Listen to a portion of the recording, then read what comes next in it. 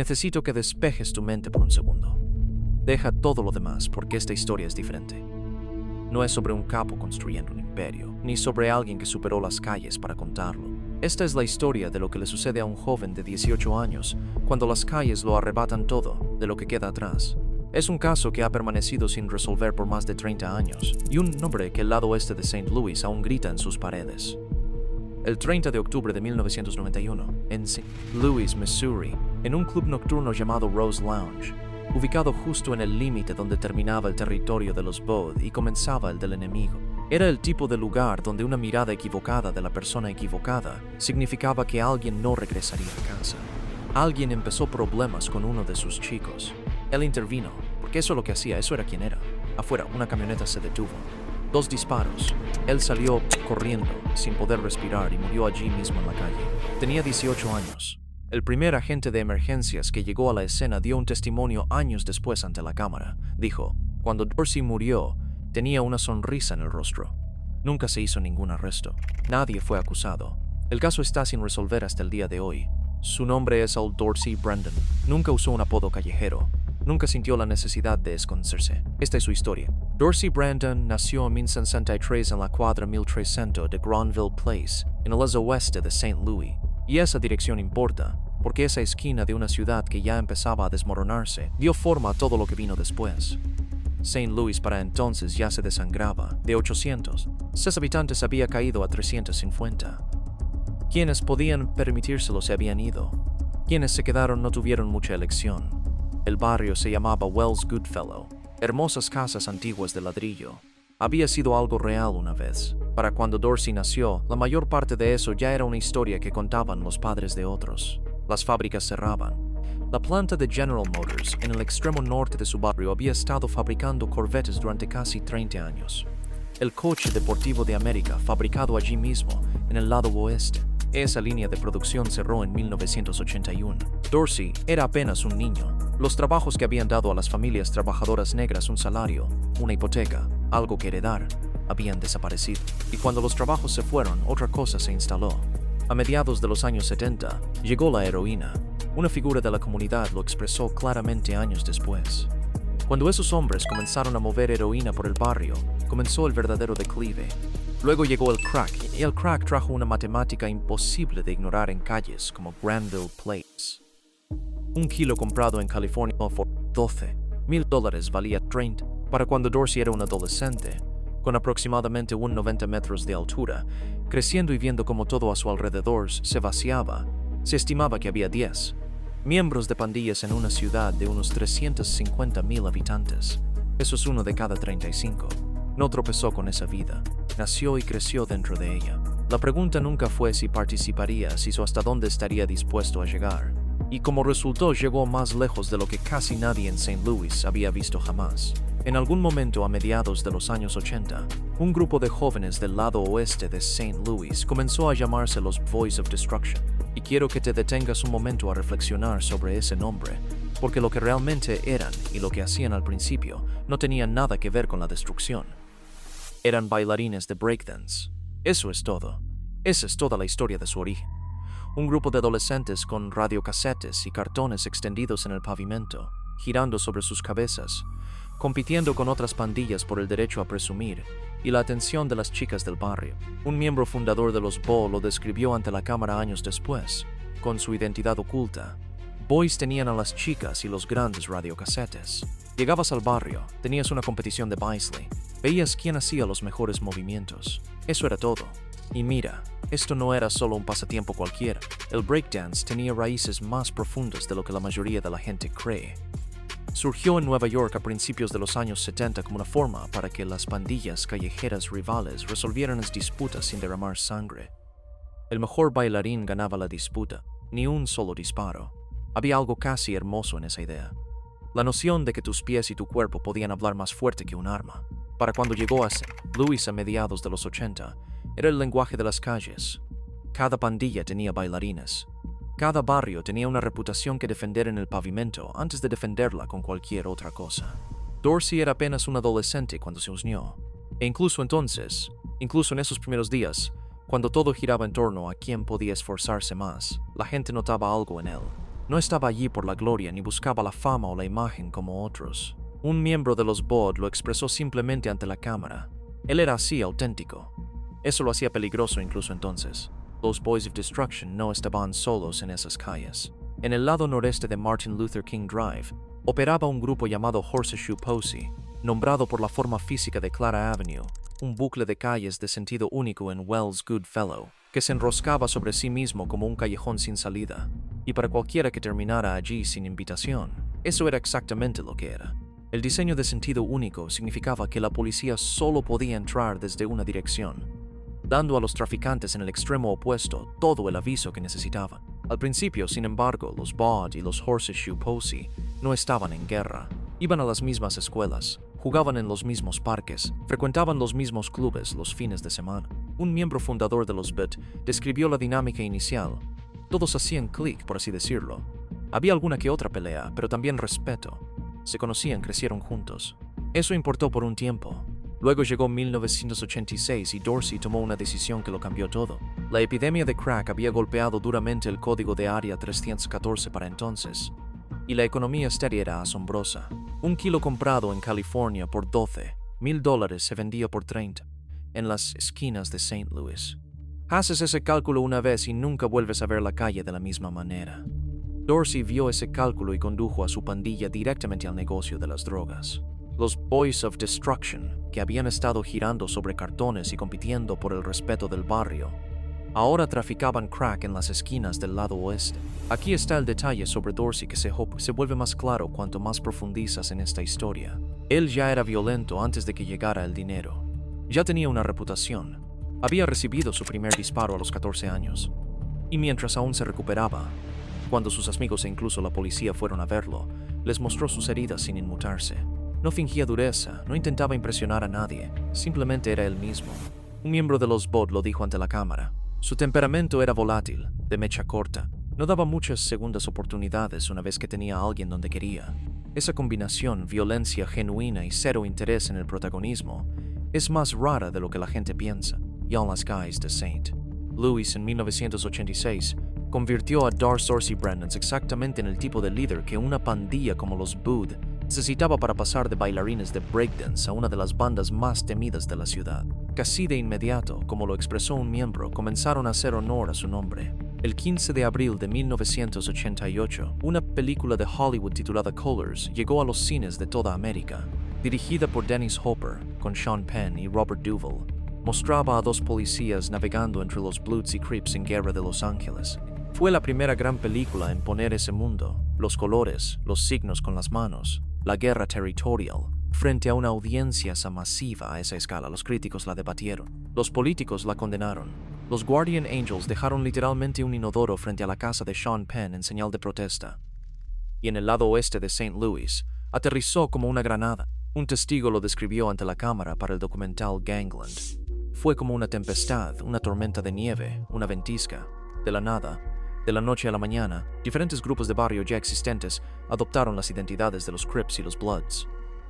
De la noche a la mañana, esa palabra es crucial. Esto no fue un cambio gradual. No fueron gángsters de Los Ángeles infiltrándose lentamente en St. Louis durante años.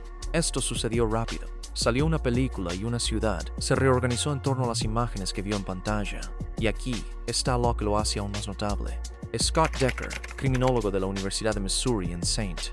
Louis, quien formó parte del grupo de trabajo del alcalde sobre pandillas y drogas de 1988 a 1992, dedicó años a estudiar precisamente esto. Entrevistó a 99 miembros activos de pandillas de St. Louis para su libro de 1906, Life in the Gang. Su hallazgo fue revelador. Solo uno de esos 99 tenía vínculos reales con California. 1. La identidad Bloody Crip, que consumió toda la cultura callejera de la ciudad, no provino de gángsteres californianos que se mudaban, sino de una película, de una banda sonora. Provino de jóvenes en una ciudad del medio oeste vacía, buscando una identidad que los hiciera sentir poderosos en un lugar que los había hecho sentir invisibles. Pienso mucho en eso. ¿Cuánto de lo que llamamos cultura de pandillas es en realidad gente tratando de pertenecer a algo, de sentirse importantes? Los colores, los signos, los nombres. A veces, eso es todo. Un uniforme que te pones para que alguien te vea. Y a veces es lo mismo que la ciudad termina quitándote al final. Tanto los Bod como los Horseshoe Posse se declararon inicialmente Bloods después del estreno de Colors. Por un breve y extraño momento, antiguos rivales estuvieron del mismo lado. Chicos que se habían estado peleando en la escuela, en las fiestas, a través de King Drive, ahora técnicamente llevaban la misma bandera. Dorsey no lo soportaba. Un miembro de los Bod lo explicó ante la cámara, y quiero que realmente escuches esto. Al ser todos Bloods, todos se llevaban bien. Dorsey no quería llevarse bien con todo el mundo. No quería paz con los Horseshoe Posse. Así que desertó a los Crips y se llevó con él a todos los Boys of Destruction. Esto no era ideología, ni una alineación filosófica profunda con la cultura Crip. Dorsey Brandon observó una situación en la que sus enemigos se habían convertido en sus aliados y decidió, consciente y deliberadamente, fabricar un nuevo conflicto.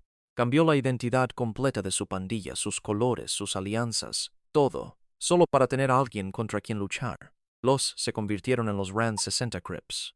Adoptaron el azul y la indumentaria de los St. Louis Blues. Los Horseshoe Posse se mantuvieron en rojo, con los colores de los Indianapolis Colts. Y Martin Luther King Drive se convirtió en los 4 carriles de asfalto más peligrosos de St. Louis.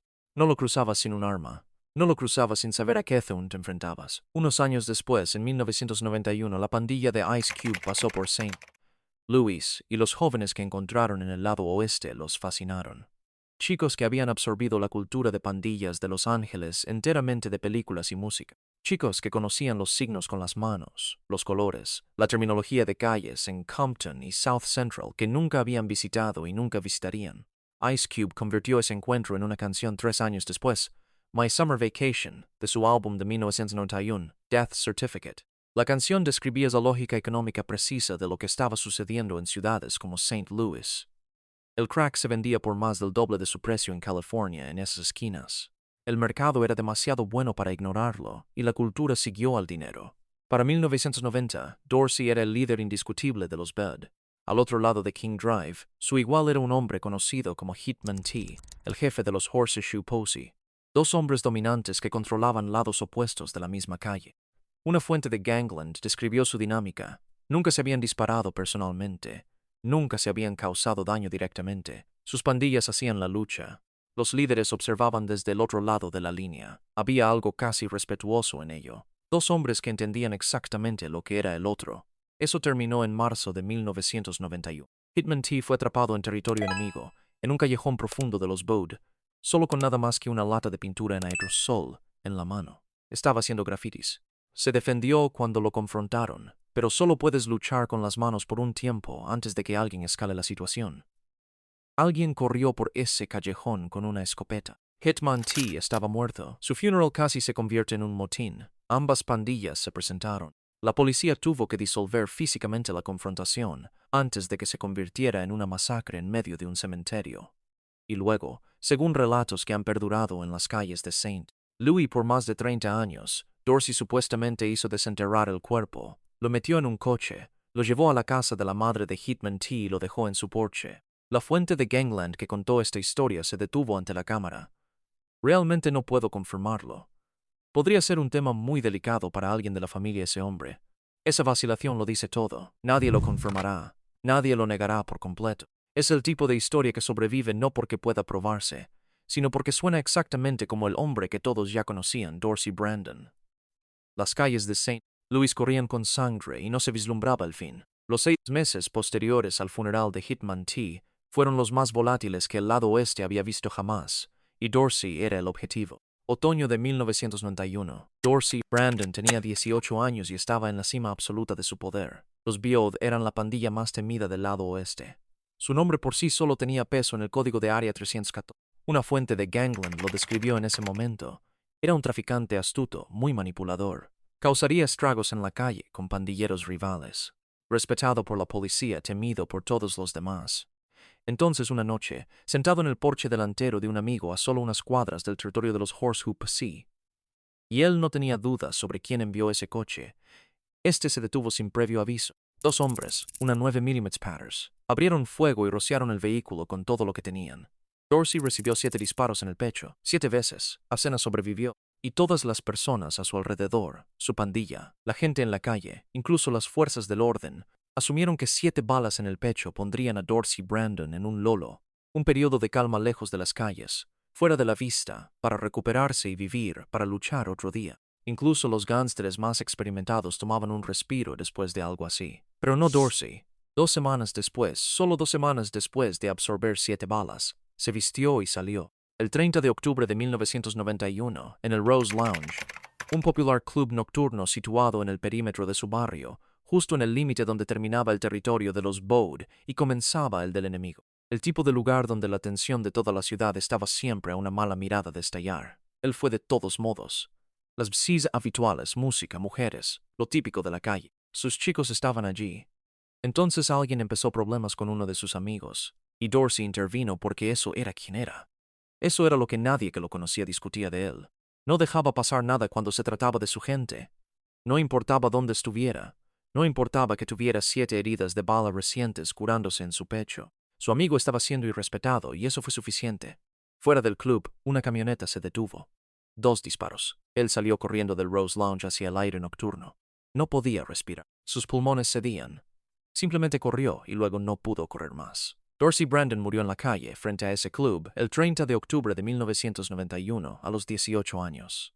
Louis Post-Dispatch publicó la noticia a la mañana siguiente, el 31 de octubre, enterrada en una crónica de los asesinatos de esa semana. 40 homicidios en St. Louis solo ese octubre. 24 en lo que iba de año. Él era una línea más en una lista. El primer agente de emergencias que llegó a la escena dio un testimonio años después ante la cámara. Dijo: cuando Dorsey murió tenía una sonrisa en el rostro. Nunca se hizo ningún arresto. Nunca se nombró públicamente a ningún sospechoso. El caso se enfrió y permaneció frío. Quienquiera que apretó el gatillo el 30 de octubre de 1991 nunca ha rendido cuentas por ello. Ni un solo día en un tribunal, ni un solo cargo presentado.